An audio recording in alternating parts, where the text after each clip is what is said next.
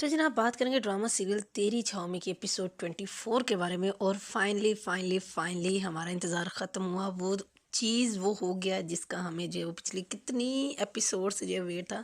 और मेरा ख्याल है पहला कोई ऐसा प्रोजेक्ट है कि जिसमें हीरो हीरोइन के दरमियान इतनी लंबी एपिसोड्स की दूरी दिखा दी है, इतनी स्ट्रगल दिखाई है रियल टाइम। मुझे तो लगता है कि ये वाकई ना कोई रियल टाइम स्टोरी है। वरना नॉर्मल प्रोजेक्ट्स के अंदर जो है वो मतलब जो इतने नेचुरल नहीं होते, तो उनके अंदर जो है वो इतना कुछ ये वाला कॉन्सेप्ट भी नहीं होता। तो फाइनली जनाब एक और जो इस एपिसोड की अच्छी बात थी वो ये थी कि एक वो मेन सीन जिसकी रिक्वायरमेंट पिछली बहुत सारी एपिसोड से चली आ रही थी। अच्छा जी, अब वदीमा मिल जाएगी सालार को, अब मिलेगा। लेकिन वो नहीं हुआ और इस एपिसोड में हुआ। और फिर अच्छी बात ये है कि पूरी एपिसोड में सिर्फ वदीमा और सालार के ही सीन को लेके चले हैं, स्टार्ट से लेके और एंड तक। हमने जो प्रोमो देखा था तो उसमें जो है वो हमने ये सीन देखा था कि जी जो सलार होता है और मुल्हार होता है, दोनों आमने सामने आके खड़े हो जाते हैं। और जिस तरह से वदीमा ने उसको जो मुल्हार को कहा था कि मेरा हाथ छोड़ दो और मुझे जाने दो, मैंने तुम्हारे साथ नहीं जाना। और ये कि तुम भी इन्हीं जैसे हो, मैं तुम्हें वैसे ही अलग समझती थी।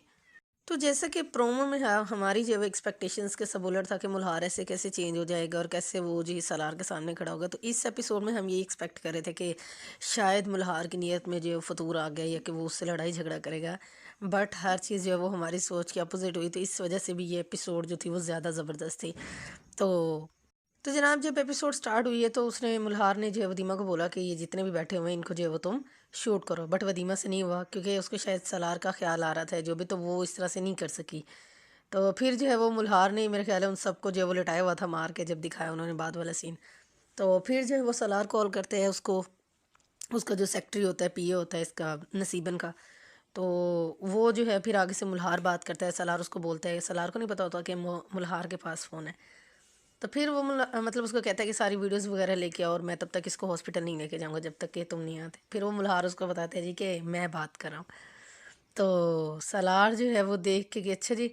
तो उसके बाद जो है वो उसने फ़ोन रख दिया और फिर जो है वो सलार जैसे पीछे दौड़ा वो करने के लिए। तो और जैसे मुल्हार जो है वो वदीमा को वहाँ से लेके गया, तो बस ये था कि शायद ये इसको नहीं छोड़ेगा ऐसे, और जो है वो इसको वापस लेके जा रहा है। लेकिन इतना ज़बरदस्त सीन वहाँ पे उन्होंने बनाया, मतलब ये ना एक मेन ड्रामा जो होता है ना, और जो ज़बरदस्त किस्म की डायरेक्शन होती है उसकी ये ख़ास बात होती है कि जो स्पेशल मोमेंट है ना फिर उस पर कोई कंप्रोमाइज़ नहीं है। उस चीज़ को जो है वो उन्होंने स्पेशल बनाना ही बनाना होता है।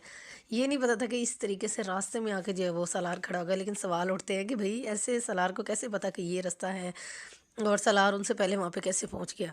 तो जनाब वहाँ पे मुल्हार ने जिस तरह से आके सलार से बात की, और दैट वाज अमेजिंग, और बहुत खूबसूरत ज़बरदस्त सीन था और बहुत ज़बरदस्त, मतलब जिस तरह से हम एक्सपेक्ट कर रहे थे उतनी ही नेचुरल एक्टिंग, उतनी ही बेहतरीन तरीके से वो सीन किया उन्होंने। सलार के एक्सप्रेशन, वदीमा के एक्सप्रेशन, मतलब फुल पैकेज था ये सारे का सारा। और फाइनली मुल्हार का काम ख़त्म हुआ। लेट्स सी कि वो यावर मिर्ज़ा से अपना बदला लेता है या नहीं लेता, या यावर मिर्ज़ा का जो है वो क्या बनेगा। फाइनली वदीमा जो है वो सलार को मिली। और उसके बाद जब वो इंस्पेक्टर साहब पहुँचे, मतलब पहले वो नसीबन के घर गए और फिर जो है वो उसके सलार के पास पहुँच गया पीछे पीछे इंस्पेक्टर के भई। वहाँ पे उसको कह रहे थे कि चलो जी थाने जाके बयान दो, तो बट सलार ने उसको बोला कि अभी हम किसी पोजीशन में नहीं है, तो हम जो है वो बाद में आके जो है वो बयान देंगे। तो इंस्पेक्टर को भी इस बात का जो है वो अच्छा, ये बड़ा अच्छा इम्पैक्ट दिखाया हुआ है कि पुलिस का एक थोड़ा सा पॉजिटिव रोल भी दिखाया है कि सभी ख़राब नहीं होते। ठीक है, पुलिस की एक जो अपनी इंटेंशन है या अपनी उनकी जो क्रेडिबिलिटी है वो एक अलग बात है। बट उस बंदे ने सलार का साथ भी दिया था और फाइनली उसने ये चीज़ एक्सेप्ट भी की कि हाँ जी उनसे गलती हुई है तहकीकात में। और सलार ने हिम्मत नहीं हारी और फाइनली जो है वो उसने वदीमा को तलाश कर ही लिया।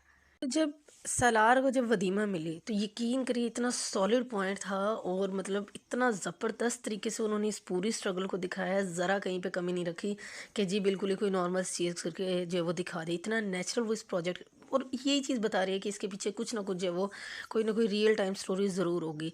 वरना कोई राइटर तो इस तरह से नहीं सोच सकता। पहले तो उसके जहन में ये आता कि पता नहीं अवाम इस चीज़ को लाइक करेगी कि नहीं करेगी, कि जी इतनी एपिसोड जो है वो हीरो हीरोइन के मिलाप के जो है वो बगैर गुजरेगी, उनके साथ में कोई भी सीन नहीं होगा।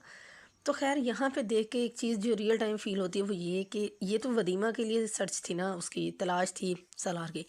अगर आपकी ज़िंदगियों की बात की जाए, हमारी ज़िंदगी की बात की जाए, हमें वदीमा ना सही, हमें अपनी मंज़िल की तलाश है, ये कि कोई भी हमारा एम है या कुछ भी है, हमारे सामने भी जो है वो हालात नामुमकिन ही होते हैं, किसी को भी प्लेट में रख के कुछ भी नहीं मिलता। तो जो मेन चीज़ है, जो मेन मैसेज है, जो मेरा ख़्याल है सबको समझ आया होगा कि आपने हार नहीं माननी, आपने स्ट्रगल नहीं छोड़नी, बाकी नीयत सीधी होनी चाहिए, आपकी कोशिश होनी चाहिए, अल्लाह ताला आपकी हर हाल में जो वो मदद करते हैं। तो ये एक बड़ा बेस्ट और पॉजिटिव मैसेज था।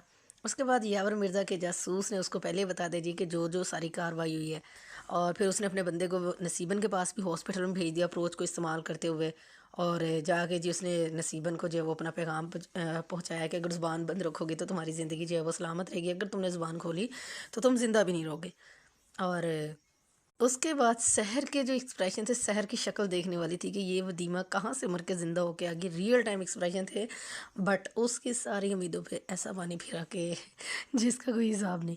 और फिर बाद में उसको जो है वो अब कहते हैं ना कि वो इतनी परेशान थी और जिस तरीके से उसने वो बाल मचाया हुआ था कि जी अब सालार को सारी हकीकत पता चलेगी कि माजिद के जब फ़ोन कॉल की डिटेल्स मिलेंगी तो उसमें सहर मैडम के नंबर के भी कॉल्स जो हैं वो होंगे। तो लेट्स सी कि उसका बाबा जो है सब कुछ कर सकता है, उसका पापा उसके लिए, तो वो क्या करता है क्या नहीं करता। और फाइनली सालार ने जो है वो वदीमा के अम्मा अब्बा से किया हुआ वादा भी अपना पूरा किया और उसकी अम्मा की तबीयत भी ठीक हो गई और अब्बा को भी यकीन नहीं आया कि वाकई सालार जो है वो कामयाब हो गया है। खैर वो बड़ा इमोशनल मोमेंट था। और बड़ा मतलब बहुत ज़बरदस्त स्टोरी चल रही है, इतनी प्यारी कास्ट और इतना ज़बरदस्त इसकी डायरेक्शन है, अमेजिंग। और इसके बाद जो है वो जब जाते हैं एफआईआर दर्ज करवाने के लिए, तो इंस्पेक्टर उनको फिर बोलता है कि देख लें बड़े बड़े लोगों के नाम आएंगे तो आपको आने वाले तूफान से, मतलब वहाँ पे इंस्पेक्टर की बात अपनी तरफ से अच्छी थी। आप दोनों पॉइंट ऑफ व्यू ले सकते हो कि भाई वो बचाना चाह रहा हो, खुद बचना चाह रहा हो, या फिर ये कि भाई वो उनको ख़तरे से वाकई आगाह कर रहा है कि देखें ये काम आसान नहीं होगा। बट उन लोगों ने जहाँ पे इतनी ज़्यादा स्ट्रगल की, अब तो सारा डर उनके अंदर से निकल गया। तो उन्होंने फाइनली एफआईआर कटवाई। और फिर जैसे वो बाहर आ रहे थे तो फ़ौरन से जी यावर मिर्ज़ा साहब की कॉल जो है वो सलार के पास आई है। देखते हैं कि अब यावर मिर्ज़ा जो है उसको क्या ऑफ़र करता है या वो उसको क्या कहेगा। और अभी आगे जो है वो कितनी एपिसोड रहती है, ये स्टोरी जो है वो आगे चलेगी या कि बस एक दो मतलब एपिसोड्स के अंदर इसको वाइंड अप करेंगे। तो आप लोगों को ये एपिसोड कैसी लगी, आपने जो है वो अपने रिव्यूज़ कमेंट के अंदर ज़रूर बताना है।